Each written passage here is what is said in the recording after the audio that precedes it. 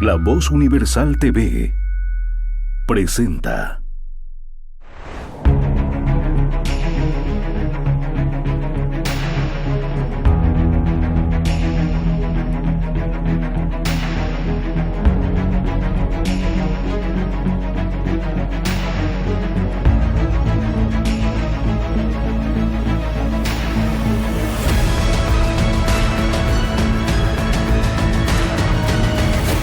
El Laberinto con Andrés Canseco.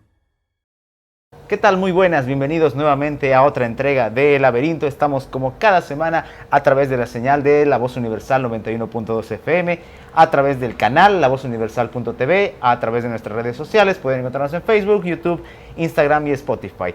En esta ocasión tengo el gusto de tener una invitada de la casa. ¿Qué tal? ¿Cómo estás, María José Salazar? Bienvenida al Laberinto por primera vez. Además, inaugurando este bloque de entrevistas a políticos. Bienvenida al Laberinto. Gracias, querido Andrés. Muchas gracias por haberme invitado. Y bueno, aquí abierta para cualquier consulta, pregunta, y me imagino que va a ser una charla bien distendida, ¿no? Sí, justamente eso era lo que te decía hace rato, que hay que a veces abandonar la formalidad y conversar un poco de cosas que sí son muy importantes, por supuesto, pero que hay que reenfocarlas también desde diferentes ángulos. Así que empecemos hablando de ti, de esa labor política que hoy te llama en esta gestión, bueno, que debió haber empezado hace un poco más, pero por esas cosas que ocurrieron estás ahora en esta labor en la Asamblea. Cuéntanos un poco de qué fue lo que te llevó hacia participar de manera activa. Todos quienes te conocemos sabemos que tienes una vocación casi familiar, no, de hecho familiar con este asunto, pero para las personas que nos ven por primera vez, cuéntanos un poco, ¿qué te motivó? Bueno, en primer lugar, sí, tengo yo una historia familiar. Mi papá era diputado, él estuvo en la comisión de investigación del caso Huanchaca y a raíz de eso fue asesinado, ¿no? El caso Huanchaca es el caso donde asesinaron al científico Noel Kempfer. Pero más allá de eso, porque yo realmente nunca quise involucrarme en política precisamente por ese tema, que fue un tema que afectó mucho a mi familia, ¿no es cierto? Siempre me gustó el voluntariado. Y el voluntariado, aunque no lo querramos, también es algo político, ¿no? Porque es algo donde uno trata de incidir en cambios en la sociedad, ¿no es cierto? Por lo general, el voluntariado es algo social, ¿no? O sea, de hecho, por naturaleza, digamos, ¿no? Después vino el 21F, ya donde las plataformas empezaron a incidir y a salir a las calles a protestar legítimamente, ¿no? Entonces, ya a raíz de eso me empecé a involucrar más en lo que era política y, lógicamente, con la candidatura de Carlos Mesa, de Comunidad Ciudadana, las plataformas fueron invitadas a participar, ¿no es cierto? Esto es algo que fue innovador dentro de la política, porque antes para ser candidato tenías que presentar, no sé, cierta trayectoria, avales inclusive. Avales, exacto, presentar avales, poner plata para la campaña. O sea, eso no quiere decir que nuestra contribución no fue valiosa, o sea, en el sentido de que nuestro tiempo vale, ¿no? Nuestro tiempo vale, nuestra dedicación vale, nuestra trayectoria vale, y también seguramente, bueno, muchos de nosotros también de nuestro bolsillo aportamos con lo que pudimos a la campaña, ¿no es cierto? Con el tiempo y el esfuerzo. Y con el tiempo, pero no era una condición, no era una condición para lograr acceder, digamos. De hecho, fue algo democrático y sí hubieron algunas cuestiones por alianzas, ¿no? Por ejemplo, con el FRI hubieron espacios que el FRI exigió y reclamó para sí, ¿no? Entonces, es algo que se da. Que es parte de la política también, ¿no? Algo que ahora se ve satanizado por la idea de un solo partido, pero que es parte de la política también. Exacto. Comentabas en esa experiencia y hay dos cositas que me parecen muy interesantes, que van de la mano. Uno, el asunto de la participación de nuevos actores emergentes de una situación como el 21F y las plataformas, y que acarrea otro, que es el tema generacional, que es del que siempre se habla, ¿no? Dicen, no, los jóvenes, pero que muchas veces usa para la demagogia, la verdad. Exacto, es esa. Totalmente. Y a diferencia de lo que puede pasar en el fútbol o en otras actividades físicas, la edad de jubilación en la política es mucho más lejana de lo que parece, porque además se resisten muchos actores a dejar esos espacios. ¿Cuántas veces ha habido concejales, diputados, senadores que han ocupado largas franjas de la vida democrática boliviana y además se enorgullecen de aquello, de no haber dejado recambios muchos de ellos, Pero este tiempo ha permitido ese recambio. De repente, no de una manera total, porque tampoco funciona así, no se puede descartar al pasado por completo, pero que ha permitido que gente como tú y otras personas ingresen también con este nuevo tiempo. Exactamente. Hay gente joven que es muy capaz, pero también se necesita la experiencia política. ¿Por qué?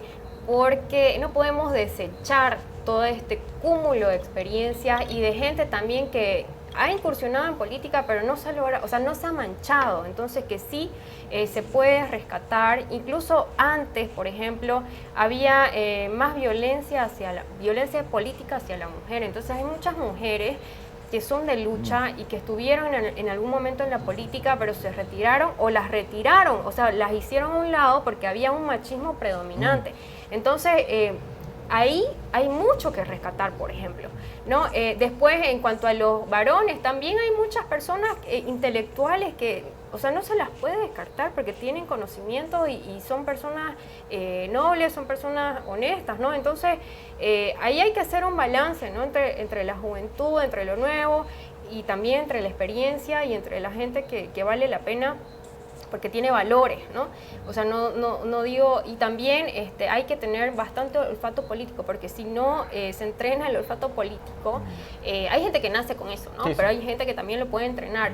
Te la charlan, pues, Andrés. Claro, O sea, quedas a merced de los lobos feroces. Exacto, y es lo que pasó en muchas situaciones con los jóvenes que hemos ingresado y en algún momento, o sea, no digo en mi partido, o sea, en general,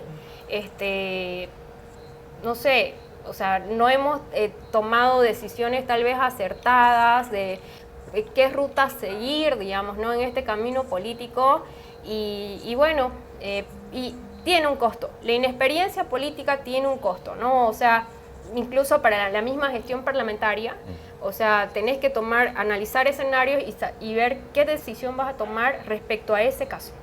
Y si no tenés un asesoramiento y bueno, la decisión de llevar ese caso de la mejor manera, o sea, perdés.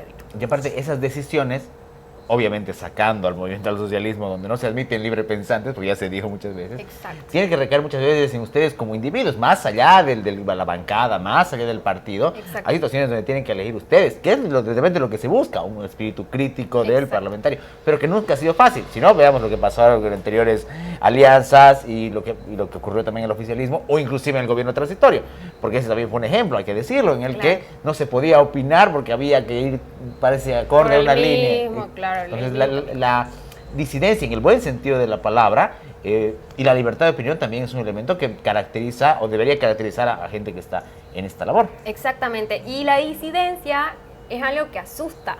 Es algo que asusta sobre todo a las personas que quieren mantener las mismas estructuras, tanto internas o externas, por así decirlo, en la asamblea. Y, a ver, ser disidente, incluso es bien, no disidente en el sentido de traicionar, sino que tener ideas diferentes, ¿no? Pluralidad, porque no podemos pensar todos iguales y no podemos nosotros, en función de una mayoría, como ahora el movimiento socialismo, decir que todos tienen que actuar de tal manera. Bueno, vamos a hablar luego del movimiento socialismo porque sus nuevos estatutos son un desastre total y la Corte los ha admitido. Eso no quiere decir que lo haya aprobado, ¿no? Pero sí admitió la solicitud. Tiene que haber disidencia. ¿Por qué? Porque así construís. O sea, mientras vos no aceptes una idea diferente, estás perdiendo un cerebro, estás perdiendo una cabeza, alguien que te pueda aportar en otras cosas, digamos que, o sea, uno no es todólogo y no sabe. No es un jugador que puede patear la pelota y atajar el penal, digamos, ¿no? Entonces es muy importante y a veces las estructuras consolidadas tienen mucho miedo de esto, pero sin embargo es algo que nos ayuda a crecer y la gente, la población, la autocrítica la toma como algo bueno, porque la población siempre critica a los políticos y a los partidos políticos, pero cuando un político se critica a sí mismo y hasta pide disculpas en algunos casos por decisiones que no son acertadas, la población lo ve bien. Entonces no hay que tener ningún miedo a ser autocrítico. Obviamente dentro de tu autocrítica también puedes equivocarte, digamos, ¿no? Y te hace crecer. Hace rato ya lo comentábamos antes de grabar. Hay algo que caracteriza también a la labor que están haciendo ustedes, que es la adversidad. Y la adversidad es algo que se nos presenta en todos los campos de la vida, pero la adversidad política en el manejo de los destinos y de la cosa pública es una responsabilidad más.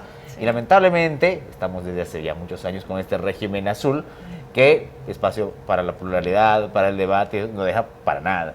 Y una de las cosas que me gustaría comentar, o que nos comentes en mejor caso, es cómo reciben ustedes, imaginando que ya ocurren las elecciones, imaginando que los resultados están, que tienen un desafío y se encuentran con la herencia de los cambios de los reglamentos de las cámaras, por ejemplo. Qué adversidad tan grande, o sea, aparte que bastante sucia, pues hay que decirlo, de la anterior gestión. Totalmente. Inmoral, no solamente sucia, inmoral, ilegal, cosa que también no es, pero además que debe generar en ustedes seguramente un sentimiento de impotencia y de rabia.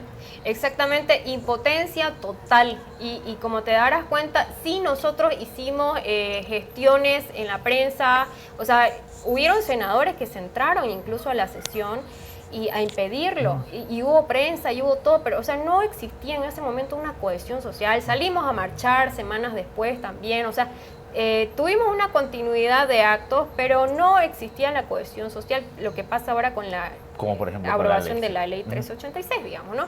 Y entonces hay que aprovechar este jalón para también hablar de la ley de ascenso de policía, para también hablar de la ley de Fundempresa y el paquete de leyes que nos están llevando a una Venezuela, hacia un camino que tomó Venezuela a un castrochavismo, digamos, ya para ser honestos. Y tenemos que aprovechar también para los 2 tercios, porque ¿qué pasa con los 2 tercios? O sea, no se está respetando el voto de los bolivianos, ha sido una nueva violación a la democracia y por lo tanto lo que teníamos que hacer nosotros, o sea, era más o menos tener ese sobrepeso, digamos, parlamentario, que no se está pudiendo, y esto quiero que le quede claro a todo el mundo, también es responsabilidad de la señora Eva Copa. Muchas flores se le echa a la señora Eva Copa, pero ella presidía esa asamblea que eliminó los 2 tercios, ¿no? Y que no respetó su voto porque ahora el rodillo parlamentario del MAS se lleva, o sea, todas las decisiones. Claro. Por ejemplo, ahorita estamos con el tema, por ejemplo, pongo un ejemplo y no es por atacar a nadie, estamos con el tema de los incendios. Todo el mundo pensaba que la gobernación, ya con un nuevo gobernador, y aquí quiero ser contundente porque realmente nos están quemando, nos están avasallando. Y la gobernación están mal acostumbrando a vivir así de julio a noviembre prácticamente. Exacto, o sea, ya es algo totalmente normal y se han quemado más hectáreas que el año pasado. Entonces, pero ¿qué pasa? Los ambientalistas se sienten solos, los propietarios se sienten solos, los comunarios, los indígenas se sienten solos. Ahorita ya están más de 30 días los indígenas entre marcha y vigilia y el gobierno no les da respuesta, no les da bola, digamos, por así decirlo, los ignora, es muy triste. La gobernación ha ido a visitarlos, los parlamentarios también hemos ido a visitarlos, pero, o sea, estamos de brazos cruzados, porque tampoco hay una coordinación, y esto también quiero ser bastante enfática. La gobernación coordina con su bancada, pero, o sea, también nosotros somos 8 diputados de Comunidad Ciudadana en Santa Cruz, que en algunas veces hemos ido a tocar las puertas y sí nos hemos acercado, pero, o sea, no hay un trabajo conjunto de toda la oposición trabajando por, hay algunas cosas en las que coordinamos toda la oposición, pero hasta ahora todo está en base al caudillo. Entonces aquí hay que desprenderse de intereses, hay que desprenderse de muchas cosas y trabajar en conjunto y del brazo de la población. ¿Por qué tenemos cohesión social ahora con la ley 386 y la que no se aprobó, digamos, en senadores, la 218? Ajá. Porque hubo una alerta temprana al sector gremial, por ejemplo, ¿no? Que 2 diputados de La Paz, de Comunidad Ciudadana, fueron y socializaron.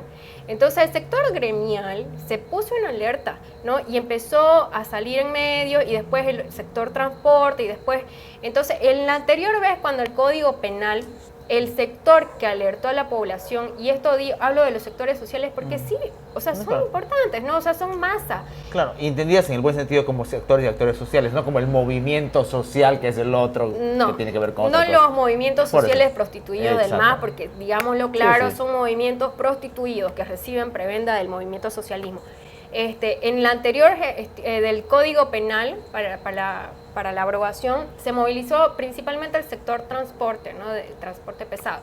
Entonces, es importante... Y antes todavía el de salud, ¿recuerdas? Con el tema de la... Perdón, y el sector salud también, y no quiero quitarle mérito, entre el sector salud y el sector transporte coordinaron. Entonces, es muy importante esto de los sectores para tener la cohesión social, y por eso el diputado, el asambleísta y la gobernación en oposición tienen que bajar al sector social.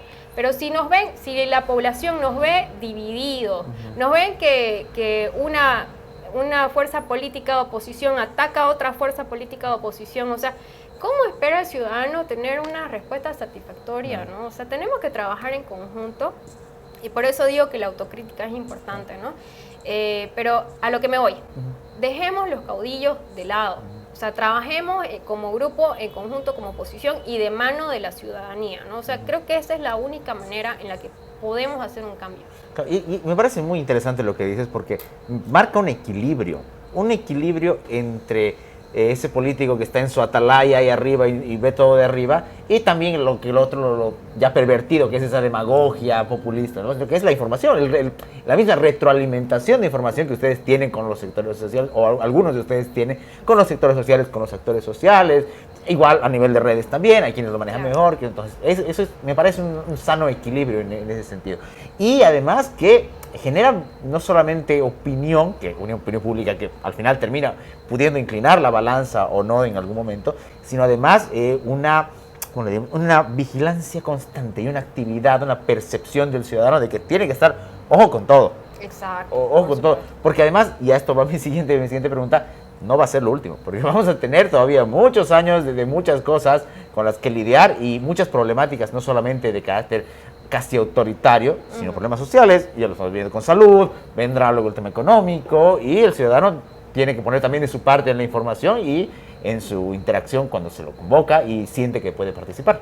Por supuesto, estamos a poco de que se sienta en la economía del ciudadano, ya se siente, digamos, ¿no? Que hay una recesión leve, y yo creo que, o sea, seguimos todavía con la pandemia y no sabemos qué es lo que va a ocurrir.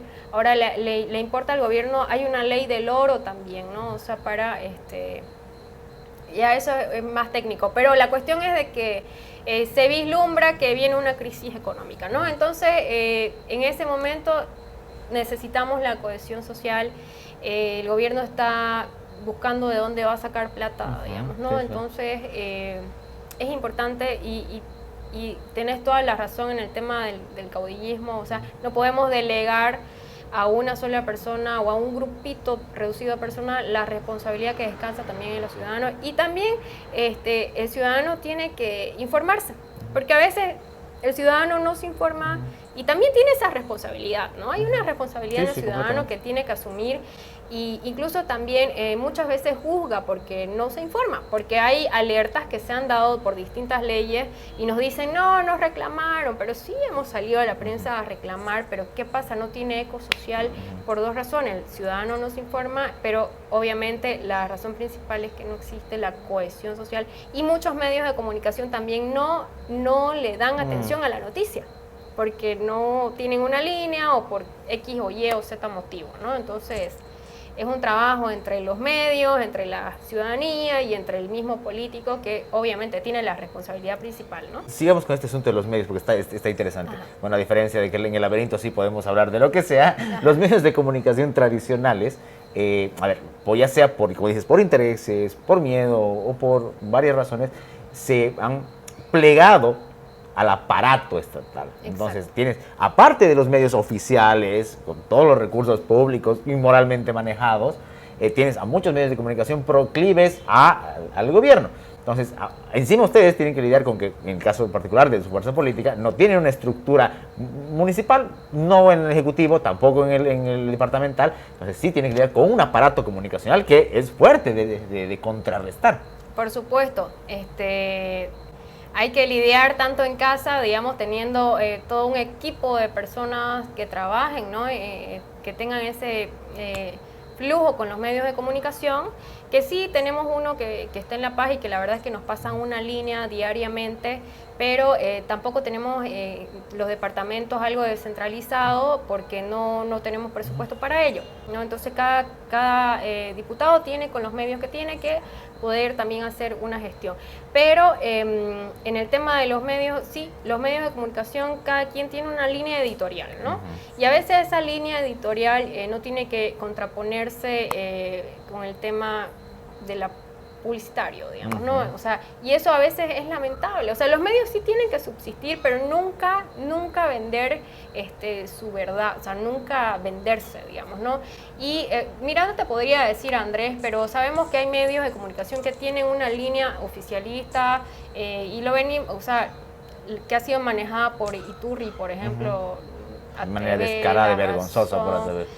Exacto, entonces son personas que han estado en esos medios y que han sido abiertamente, o sea, oficialistas, ¿no? Sí, sí, entonces, de otros medios no te puedo decir, y la verdad es que hemos recibido bastante cobertura, o sea, hemos recibido bastante cobertura, pero hay temas, por ejemplo, que cuando vos das la alerta temprana, no le dan importancia, tal vez no porque vaya en contra de sus intereses, pero sí porque no le dan la importancia necesaria. Entonces ahí también nosotros tenemos que seguir, ¿no? Claro, porque hay una agenda que se marca, por ejemplo, el medio de comunicación tiene que vender la marcha, o tiene que vender al vecino del barrio en la hora pico, pero que es parte de su lógica económica, digamos, claro, ¿no? Que es ganar audiencia, pero hoy, como dices, retrasa y hasta a veces empantana y desinforma sobre muchos problemas que hay, no solo en la gestión de ustedes, sino en los problemas de la ciudad, exacto, en los problemas de la región y en los problemas del país. Entonces también ahí el medio de comunicación tiene su responsabilidad también. Exacto. Y bueno, que menos mal, digo, y menos mal, porque si no, sería todavía peor la situación. Se trata de hacer contrapeso gracias a medios digitales, a la gente en las redes sociales, porque si no sería todavía más complejo. Gracias a Dios que ahora tenemos las redes sociales, que la verdad es que es mucho más fácil, o sea, no estamos esperando que un medio nos entreviste, sino que podemos publicar y la gente replica. Sí. Y también los grupos de WhatsApp, o sea, todas las redes sociales son fenomenales y nos ayudan bastante, pero aunque no creas, para eso también necesitas un equipo. No, por supuesto, claro. Porque que no sean guerreros digitales. No, es que sí necesitas guerreros para difundir la noticia, pero si no tenés esos guerreros, puedes estar entre 4 personas compartiendo y a veces no se hacen virales las cosas, no porque uno lo haga mal, sino que porque la gente tiene tantas cosas en que distraerse y el celular, vos sabés que es un cúmulo de información y está distraído el ciudadano. Entonces yo también le pido al ciudadano que reaccione y que vaya, o sea, debemos como ciudadanos tener la cultura de informarnos, ¿no? Diariamente. Sí, aparte que, como le dices, o sea, tampoco es que se va a pasar las 4 horas viendo un monitoreo de las noticias, sino que mínimamente tenga cierto, y en la medida de lo posible, que profundice un poco más sobre aquello, porque también eso suele pasar, así como hay el caudillo que político, también está el otro caudillo que es el caudillo de la verdad. Alguien que dice, no, pero lo dijo él y debe ser verdad. Pero el ciudadano ya no es crítico, ya no es libre prácticamente, es no solo un repetidor de las cosas que ocurren. Exactamente. Entonces sucede eso, ¿no? Y bueno, yendo otra vez al caudillismo, es importante también ser crítico con eso internamente en los partidos y también el ciudadano, ¿no? Y lo mismo, marcando el equilibrio, porque ser crítico no significa dividir. No, porque uno puede decir, por ejemplo, ante causas más grandes, como en su momento el paro, como el 21F, o como ahora la ley, o sea, hay un marco común para ir. Y ya luego cada uno o cada sector presentará sus visiones, pero hay un marco común en el que se puede, por lo menos, trabajar. Total. Ahora sí, puede ser que a veces cometamos errores y lavemos los trapos afuera sin querer, digamos, ¿no? Pero eso ya parte de una disciplina partidaria, ¿no? Que no quiere decir embargar la voz, pero sí tratar primero los trapos sucios adentro y ya después, si no hay una solución, bueno, analizar, ¿no? qué posibles soluciones hay. Todos los partidos tienen problemas internos porque el partido está hecho de personas y todas las personas piensan diferentes, no hay 2 personas que piensen igual en el mundo. Pero es un ejercicio diario que se construye, ¿no? Entonces, lo que es lamentable, ya hablando del movimiento al socialismo, es, por ejemplo, que no le permitan a la gente ser disidente, digamos. O sea, disidente en el sentido de tener opiniones diferentes. O sea, sí o sí tienen que votar de esa manera disciplinada y ya vemos los levantamanos que tenemos en la asamblea, digamos, ¿no? Las únicas veces... Lo peor de la cultura sindical llevada al Parlamento. Totalmente, ¿no? Y la verdad es que las únicas veces que creo que han votado en contra, bueno, no las únicas veces, sino una que yo presencié es cuando se hablaba de un tema de agua en un municipio. Entonces, o sea, querían votar en contra, pero obviamente hubo gente de adentro del MAS que se opuso, porque estamos hablando de un recurso básico natural, que es un derecho de la gente, ¿no? Y no se lo pueden negar. Pero hasta esas cosas tontas, digamos, ¿no? De querer negarle los derechos a la gente, bueno, todos los días lo hacen cuando sesionan, nos niegan los derechos, nos bloquean las cosas, pero el nuevo estatuto del movimiento socialismo dice que para hacer, y esto es totalmente violatorio, digamos, todas las leyes y los paquetes de leyes que presentan violan la Constitución, que tiene que ser un funcionario público militante del movimiento socialismo. O sea, eso dice el nuevo estatuto. Casi una práctica soviética. Pero claro, o sea, no estamos en una democracia entonces, digamos, no, esto es una dictadura light, o sea, sería, ¿no? Pero con todo el camino y todas las ganas de volverse menos light cada vez. Claro, el problema es que ellos quieren meterle la plata a la mano del ciudadano y ellos encumbrarse y, o sea, la pobreza, multiplicarla y ellos ser, ¿no? O sea, quienes se hagan de las riquezas en este país. Así es. Muchísimas gracias, María José, por venir al Laberinto, por darnos tu tiempo, por tu prestancia, por haber inaugurado este sector de conversaciones con políticos. Gracias por venir. Espero que te hayas sentido cómoda acá. Por supuesto, Andrés, yo las gracias a vos y bueno, me disculpan si dije algo indebido, No, pero... para nada. Para eso es el laberinto, para ir y volver hasta encontrar el camino. La cosa era hacer algo descontraído, Sí, ¿no? por eso, Entonces, te agradezco muchísimo por este espacio y cuando quieran estamos aquí de nuevo. Y gracias también a todos los que nos han visto, a todos los que nos han seguido, a todos los que nos han dejado sus likes, los que dejan sus comentarios, los que comparten el contenido del programa. Volveremos a encontrarnos la siguiente semana en otro laberinto. Mi nombre es Andrés Canseco. Que tengan un muy buen descanso. El Laberinto con Andrés Canseco.